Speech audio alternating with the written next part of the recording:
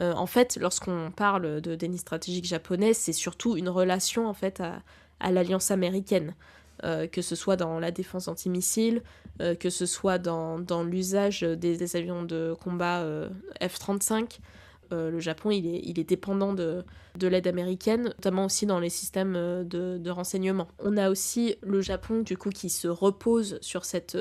dissuasion élargie des États-Unis, parce que ça l'arrange aussi, c'est-à-dire que cette dissuasion élargie, elle est rapide, elle est peu coûteuse, mais cela a pour un impact négatif, évidemment, de réduire en fait son autonomie stratégique. On a aussi le risque, en fait, que le Japon il soit forcé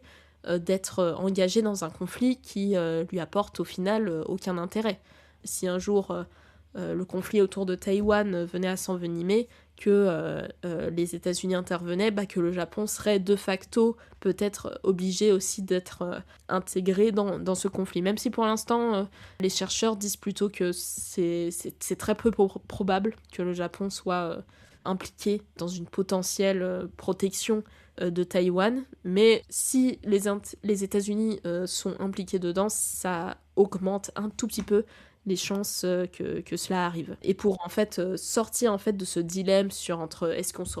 on dépend de l'aide américaine ou est-ce qu'on essaye de développer son autonomie stratégique, eh ben le Japon il va œuvrer pour essayer de mettre en place des moyens de défense de dissuasion conventionnels.